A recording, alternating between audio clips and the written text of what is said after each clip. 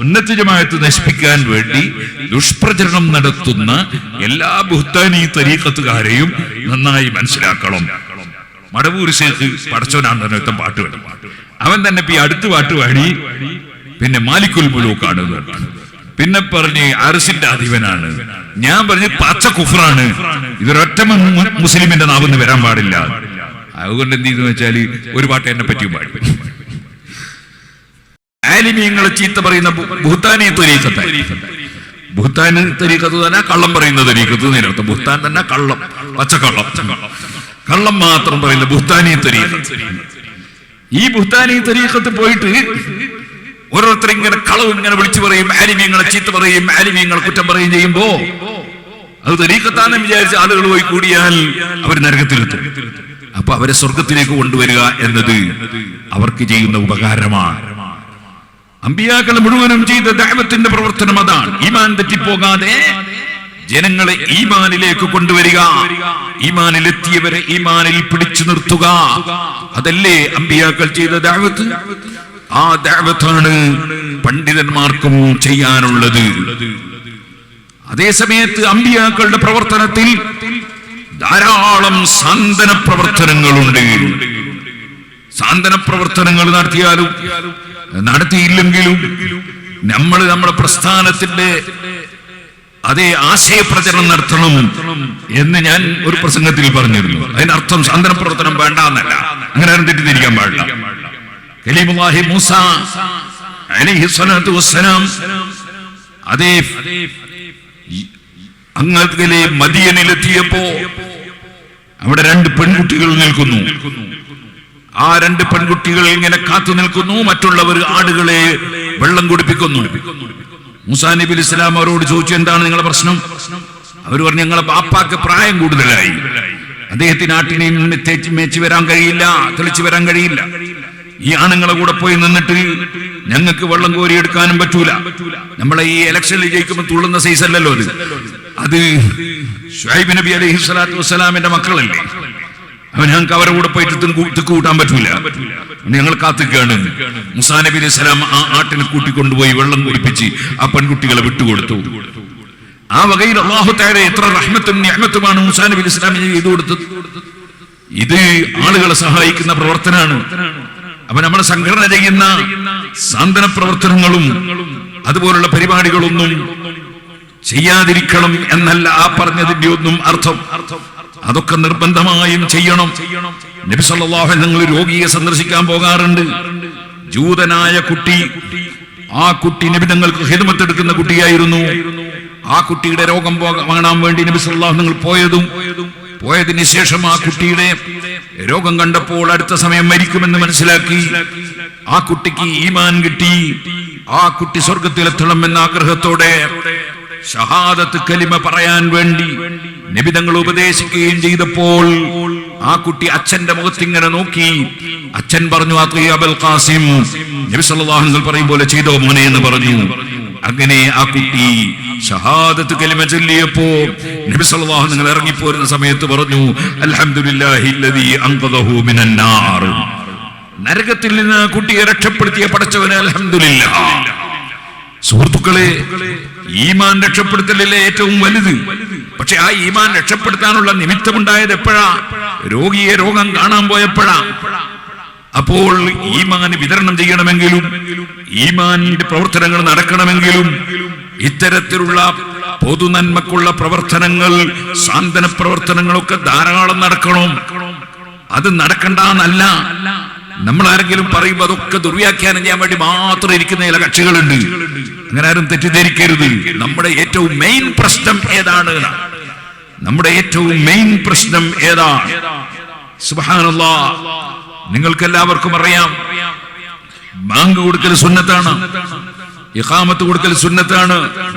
എന്നാ നിസ്കാരം ഖളായി പോകുന്നു കണ്ടാലോ, അപ്പൊ ചിലപ്പോ ബാങ്ക് കൊടുക്കാതെ നിസ്കരിക്കണം എന്ന് പറയും, നിസ്കാരത്തിന് പ്രസക്തി നൽകണം എന്ന് പറയും, ഖളായി പോകുമെങ്കിൽ വേഗം നിസ്കരിക്കണം എന്ന് പറയും. അതുപോലെ ഒതുവെടുക്കുമ്പോൾ ഉള്ള സുന്നത്ത്, ആ സുന്നത്ത് ഇപ്പൊ സുന്നത്തല്ല വേണ്ടത്, ഉടനെ ഒതുവെടുത്ത് നിസ്കരിക്കാണ് വേണ്ടത്, ഖളായി പോകരുത് എന്ന് പറയും. അതിനർത്ഥം ഒതുവിന്റെ സുന്നത്ത് എടുക്കണ്ടെന്നല്ല, അതേപോലെ ബാങ്ക് കൊടുക്കണ്ടെന്നല്ല. ഇതുപോലെ നമ്മളെ സംബന്ധിച്ചിടത്തോളം ഏറ്റവും മെയിൻ പ്രശ്നം നമ്മുടെ ഈമാൻ രക്ഷിക്കലാണ്.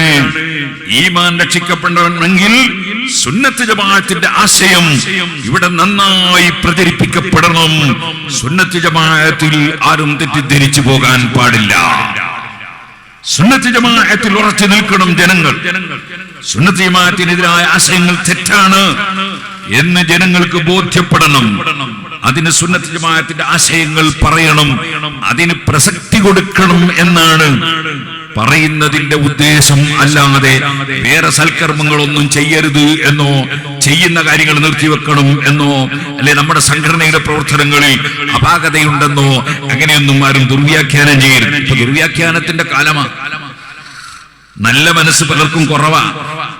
يا أيها الذين آمنوا اجتنبوا كثيرا من الظن إن بعض الظن إثم ولا تجسسوا ولا يغتب بعضكم بعضا.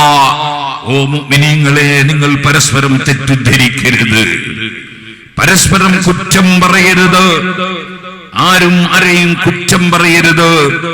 കുറ്റം ചെയ്താൽ പോലും അത് പറയാൻ പാടില്ല.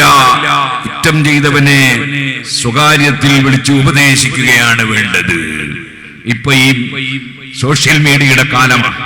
ഓരോരുത്തർക്ക് എന്തുണ്ട് കുറ്റം എന്ന് എങ്ങനെ ചുഴന്നന്വേഷിച്ച് പിടിച്ച് വാചകങ്ങളൊക്കെ വെട്ടിമുറിച്ച് എന്നിട്ട് എല്ലാവരെയും കുറ്റം പറയലാണ് പലരും വലിയ സൽക്കർമ്മമായിട്ട് ചെയ്തുകൊണ്ടിരിക്കുന്നത്. അല്ലാഹു അവർക്കൊക്കെ ഹിദായത്തിന്റെ വെളിച്ചം കൊടുക്കട്ടെ. സുഹൃത്തുക്കളെ, ഒരാളെ സംബന്ധിച്ച് ഒന്ന് കേട്ടാൽ അവിടെ പരിശുദ്ധ ഖുർആൻ പറഞ്ഞു, ഇൻജാക്കും ഫാസിഖും ബിനബൈൻ ഫതബയ്യനൂ അൻ തുസീബൂ ഖൗമൻ ബിജഹാലത്തിൻ ഫതുസ്ബിഹൂ അലാ മാ ഫഅൽതും നാദിമീൻ. നിങ്ങൾ അതിന്റെ വിശദീകരണം തേടണം, തെളിവ് നോക്കണം. തെളിവുണ്ടോ, സാക്ഷിയുണ്ടോ എന്നൊക്കെ നോക്കണം. അല്ലാതെ നിങ്ങൾ ഒരാളെ സംബന്ധിച്ച് കുറ്റം പറഞ്ഞു പോയാൽ നിങ്ങൾ പിന്നീട് ഖേദിക്കേണ്ടി വരും. അതിനാൽ ആരെയും അങ്ങനെ ആക്ഷേപിക്കാനും കുറ്റം പറയാനും പാടില്ല. ഞാൻ നേരത്തെ പറഞ്ഞ ബുഹ്താനി ത്വരീഖത്തിന്റെ ആളുകൾ, അതേപോലെയുള്ള സുന്നത്ത് ജമാഅത്തിന്റെ വിരോധികൾ, അവരുടെ പരിപാടി ആലിമീങ്ങളെ ക്ലിപ്പ് മുറിക്കുക, അതിന്റെ അപ്പുറം ഇപ്പുറം ഒക്കെ മുറിച്ചിട്ട് ആളുകളോട് ഉദാഹരണം പറയാം. ഞാൻ പ്രസംഗിക്കുമ്പോ ഞാൻ എന്റെ ജീവിതത്തിൽ എന്റെ പ്രസംഗത്തിൽ പലപ്പോഴും അജ്മീറിൽ പോയിട്ട് സിയാറത്ത് ചെയ്യുക, ഉള്ളാളത്ത് പോയിട്ട് സിയാറത്ത് ചെയ്യുക, മമ്പർത്ത് പോയിട്ട് സിയാറത്ത് ചെയ്യുക, അങ്ങനത്തെ മഹാന്മാരെ സിയാറത്ത് ചെയ്യാൻ വേണ്ടി ഒരുപാട് പ്രചോദനം നൽകി പ്രസംഗിച്ചവനാണ് ഞാൻ. അത് എന്നെ പരിചയമുള്ള എല്ലാവർക്കും അറിയാം. ഞാൻ ഈ അടുത്തും അൽഹംദുലില്ലാഹ് ഇമാം ഖസ്തലാനി റളിയല്ലാഹു അൻഹുവിനെ ഈജിപ്തിൽ പോയി സിയാറത്ത് ചെയ്തിട്ടുണ്ട്. ഇമാം ഐനി റളിയല്ലാഹു അൻഹുവിനെ സിയാറത്ത് ചെയ്തിട്ടുണ്ട്. നഫീസത്തുൽ ബസരി റളിയല്ലാഹു അൻഹയെ സിയാറത്ത് ചെയ്തിട്ടുണ്ട്. ഇമാം ശാഫിഈ റളിയല്ലാഹു അൻഹുവിനെ സിയാറത്ത് ചെയ്തിട്ടുണ്ട്. ശൈഖുൽ ഇസ്ലാം സക്കരിയ അൻസാരി റളിയല്ലാഹു അൻഹു സിയാറത്ത് ചെയ്തിട്ടുണ്ട്. ഈജിപ്തിൽ പോയപ്പോൾ അങ്ങനെ ഒരുപാട് വലിയ വലിയ മഹാന്മാരെ സിയാറത്ത് ചെയ്തിട്ടുണ്ട്. എന്നാൽ അവിടുന്ന് ഞാൻ ജോർദാനിൽ പോയിരുന്നു. ജോർദാനിൽ ചെന്നപ്പോൾ അബൂ ഉബൈദ ഇബ്നുൽ ജറാഹ് റളിയല്ലാഹു അൻഹു നമ്മുടെ അശറത്തുൽ മുബശ്ശിരീങ്ങളിൽപ്പെട്ട സഹാബിയാണ്. സ്വർഗത്തിലാണെന്ന് നബി തങ്ങൾ നേരത്തെ മുൻകൂട്ടി പറഞ്ഞു സഹാബിയാണ്. മഹാനവറുകൾ പ്ലേഗ് രോഗം കൊണ്ട് വഫാത്തായി പോയ ഷഹീദാണ്. മഹാനവറുകളെ സിയാറത്ത് ചെയ്തിട്ടുണ്ട്. മുആദ് ഇബ്നു ജബൽ റളിയല്ലാഹു അൻഹു ഹദീസിലൊക്കെ ധാരാളം വരുന്ന ആളാണ്. നബി സല്ലല്ലാഹു അലൈഹി വസല്ലം തങ്ങൾ മുആദ് റളിയല്ലാഹു അൻഹു വിളിച്ചിട്ട് പറഞ്ഞു, യാ മുആദ് ഇന്നി ഉഹിബ്ബുക, മുആദ് നിന്നെ ഞാൻ സ്നേഹിക്കുന്നു. അബൂ മുആദ് റളിയല്ലാഹു അൻഹു നബിയെ തങ്ങളെ ഞാനും സ്നേഹിക്കുന്നു. അപ്പൊ പറഞ്ഞു, എന്നാൽ നിന്നോട് ഞാൻ പറയുന്നു, നീ ഏത് നിസ്കാരത്തിന്റെ ശേഷവും അല്ലാഹുമ്മ ഇന്നി അലാ ദിക്രിക വശുക്രിക വഹുസ്നി ഇബാദതിക, അതെല്ലാ നിസ്കാര ശേഷവും ചൊല്ലണം എന്ന് പറഞ്ഞു. നബി സല്ലല്ലാഹു അലൈഹി വസല്ലം പറഞ്ഞു കൊടുത്തതിന് മുആദ് റളിയല്ലാഹു അൻഹു അത് ചൊല്ലി. ആ മുആദ് റളിയല്ലാഹു അൻഹുവിന്റെ ജാറം സിയാറത്ത് ചെയ്യാൻ ഇനി അടുത്ത് പോയി ജോർദാനിൽ.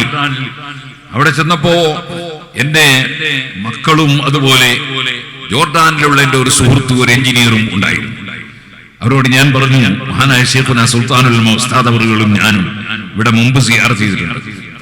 അന്ന് ഉസ്താദ് അവറുകൾ ഈ മഖ്ബറയുടെ അടുത്ത് നിന്ന് മുആദ് റളിയല്ലാഹുവിന്റെ സമീപത്ത് നിന്ന് എനിക്ക് ആ ഹദീസ് മഹബ്ബ ഹദീസുൽ മുസൽസലു ബിൽ മഹബ്ബ എന്ന് പറയും. ഇന്നി ഉഹിബ്ബുക എന്ന് പറഞ്ഞുകൊണ്ട് ഉസ്താദ് ശിഷ്യന് പറഞ്ഞു കൊടുക്കുന്ന ആ ഹദീസ് ഉസ്താദ് ഇവിടെ ആ ഹദീസ് റിപ്പോർട്ട് ചെയ്ത മുആദ് റളിയല്ലാഹുവിന്റെ സമീപത്ത് വെച്ച് എനിക്ക് ഉസ്താദ് ആ ഹദീസ് പറഞ്ഞു തന്നിട്ടുണ്ട്. അതുകൊണ്ട് ഇതുപോലെ ഇനി ഒരു അവസരം നമുക്ക് കിട്ടൂല, നിങ്ങൾക്കും ഞാൻ ആ ഹദീസ് മുസൽസലായ ഹദീസ് ഇവിടെ വെച്ച് പറഞ്ഞു തരാം എന്ന് പറഞ്ഞ് ഞാൻ അവർക്ക് പറഞ്ഞു കൊടുത്തു. ഞാൻ പറഞ്ഞു വന്നത്, അപ്പോൾ നമ്മൾ മഹാന്മാരെ സിയാറത്ത് ചെയ്യുന്നതിന് അങ്ങേയറ്റം സ്ഥാനം കൽപ്പിക്കുന്നവരാണ്. അതിൽ ഒരാൾക്കും, ഒരു മുസ്ലിമിനല്ല ഒരു ഹൈന്ദവന് പോലും സംശയം ഉണ്ടാവില്ല. പക്ഷെ നമ്മളിപ്പെങ്ങും പ്രസംഗിക്കുമ്പോൾ ചിലപ്പോ പറയും, ഉള്ളാളത്തേക്ക് പോകുന്ന സമയത്ത് സിയാറത്തിന് പോവാണെന്ന് പറഞ്ഞ് നിസ്കാരം കളാക്കാൻ പാടില്ല, അല്ലെ അജ്മീറിൽ പോവാണെന്ന് പറഞ്ഞിട്ട് അവിടെ പോയിട്ട് സുജൂദ് ചെയ്യാൻ പാടില്ല, അതേപോലെ തന്നെ അവിടത്തേക്ക് പോകുമ്പോൾ നിസ്കാരങ്ങളാക്കാൻ പാടില്ല. അപ്പൊ പറയുന്ന സമയത്ത് ഈ പറയുന്ന വാചകം തീർത്തും കേൾപ്പിക്കാതെ ഒരുത്തൻ, അതാ നിങ്ങൾ അജ്മീറിൽ പോയിട്ട് എന്താ കാര്യം, നിസ്കാരമൊന്നുമില്ലാതെ എന്ന് ചോദിക്കുമ്പോ അജ്മീറിൽ പോയിട്ട് എന്താ കാര്യം, അടാൻ കട്ട് ചെയ്യാൻ പ്രസംഗം അവിടെ കട്ട് കേട്ടോ, പേരോടിപ്പോ അജ്മീറിൽ പോയിട്ട് എന്താ കാര്യം എന്നാ പറയുന്നത് എന്ന് പറയും. ഇങ്ങനത്തെ ബുഹ്താനി തരീഖത്തുകാരൻ, അത്തരം ബുഹ്താനി തരീഖത്തുകാരും അല്ലാത്ത കക്ഷികളും എല്ലാവരും മനസ്സിലാക്കേണ്ട ഒരു ആശയം, ഇത് കളിയും തമാശയുമല്ല. അള്ളാഹുവിന്റെ ദീൻ കളിയും തമാശയുമല്ല. യൗമ തജിദു കുല്ലു നഫ്സിൻ മാ അമിലത് മിൻ ഖൈരിൻ മുഹ്ളറാ, ഏത് മനുഷ്യനും അവനവൻ പ്രവർത്തിച്ചത് അള്ളാഹുവിന്റെ കോടതിയിൽ ഹാജരാക്കപ്പെടും. ആ ദിവസം ഖേദിച്ചതുകൊണ്ട് കാര്യം ഉണ്ടാവില്ല. وما عملت من سوء تود لو أن بينها وبينه أمدا بعيدا. തെറ്റുകൾ പ്രവർത്തിച്ചവൻ ആ ദിവസത്തിൽ പടച്ചവന്റെ കോടതിയിൽ എത്തുമ്പോ ആ തെറ്റും ഞാനുമായി എത്ര അകലമുണ്ടെങ്കിൽ എത്ര നന്നായിരുന്നു എന്ന് ഖേദിച്ച് ചിന്തിക്കുന്ന ഒരു ദിവസമുണ്ട്. ആ ദിവസത്തെ കുറിച്ച് എല്ലാവർക്കും നല്ല ബോധം വേണം. ദുർവ്യാഖ്യാനങ്ങളും അതുപോലെ തന്നെ ദുഷ്പ്രചരണങ്ങളും അതുകൊണ്ടൊന്നും പടച്ചവന്റെ അടുക്കൽ ഒരാളും ആഖിറത്തിൽ രക്ഷപ്പെടൂല. പക്ഷേ ഞാൻ പണ്ഡിതന്മാർ അവരെ ഉപദേശിക്കാൻ ആളല്ല. അതേ സമയത്ത് നമ്മുടെ ശിഷ്യന്മാരടക്കമുള്ള ചെറുപ്പക്കാരുണ്ടല്ലോ, അവരോട് പറയട്ടെ, ഖുർആൻ നമ്മൾ അടിക്കടി പഠിപ്പിച്ച ഒരു വിഷയമുണ്ട്. അതെന്താണ്? വഅ്മുറു ബിൽ മഅറൂഫി വൻഹ അനിൽ മുൻകരി വസ്ബിർ അലാ മാ അസാബക ഇന്ന ദാലിക മിൻ അസ്മിൽ ഉമൂർ. ലുഖ്മാനുൽ ഹകീം റളിയല്ലാഹു അൻഹുവിന്റെ ഉപദേശത്തിൽ, മകനോടുള്ള ഉപദേശത്തിൽ കാണാം, മോനെ അഖിമിസ്സലാ, നിസ്കാരം ഉറക്കെ നിർവഹിക്കണേ. അതിന്റെ പുറമെ വഅ്മുറു ബിൽ മഅറൂഫ്, നല്ല കാര്യം കൽപ്പിക്കണേ.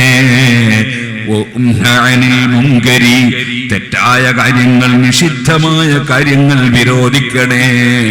അത് പറഞ്ഞ ഉടനെ അല്ലാഹ് പറയാണ്, ലുഖ്മാനുൽ ഹകീമിന്റെ ഉപദേശം അല്ലാഹ് എടുത്തു നമ്മളെ പഠിപ്പിക്കുകയാണ്.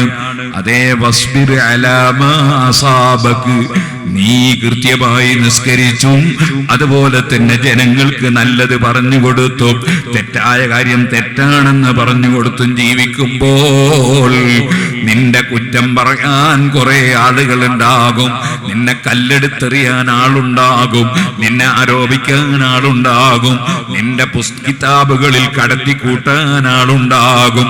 മഹാനായ അബ്ദുൽ വഹാബ് ശറാനി തങ്ങൾ പറഞ്ഞില്ലേ, മഹാനവറുകളെ കിതാബ് എടുത്തിട്ട് അതിൽ കുറെ മഹാനവറുകൾ എഴുതാത്തത് കൂട്ടിച്ചേർത്ത് കൊടുത്തു. എന്തിന്? അബ്ദുൽ വഹാബ് ശറാനി റളിയല്ലാഹു അൻഹുവിനെ മറ്റുള്ളവർ തെറ്റിദ്ധരിക്കാൻ. ഇങ്ങനെ ചെയ്യുന്ന ജനങ്ങളുണ്ടാകും ഇൽമ് പറയുന്ന സമയത്ത്. അതുപോലെ ജനങ്ങൾ അതാ ഒരു പണ്ഡിതന്റെ വാക്കുകൾ കേട്ട് ജനങ്ങൾ ഹിദായത്താകുന്നുണ്ടെന്ന് കാണുമ്പോൾ ശൈത്താനിന് അത് ഇഷ്ടപ്പെടൂല.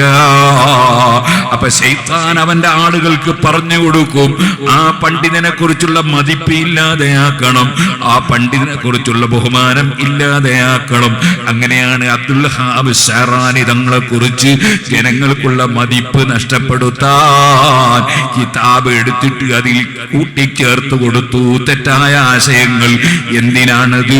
ഈ മഹാനെ സംബന്ധിച്ച് ജനങ്ങളിൽ തെറ്റിദ്ധാരണ ഉണ്ടാക്കാനാണ്.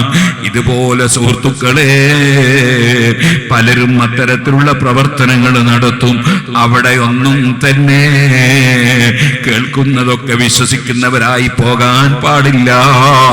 മിൻ ഹുസ്നി ഇസ്ലാമിൽ മർഇ, മനുഷ്യന്റെ ഇസ്ലാം നന്നായാൽ തർക്കുഹു മാ ലാ യഅനി, ആവശ്യമില്ലാത്തതെല്ലാം അവൻ കൈയൊഴിക്കും, ആവശ്യമുള്ളതിൽ മാത്രം അവൻ ഇടപെടും.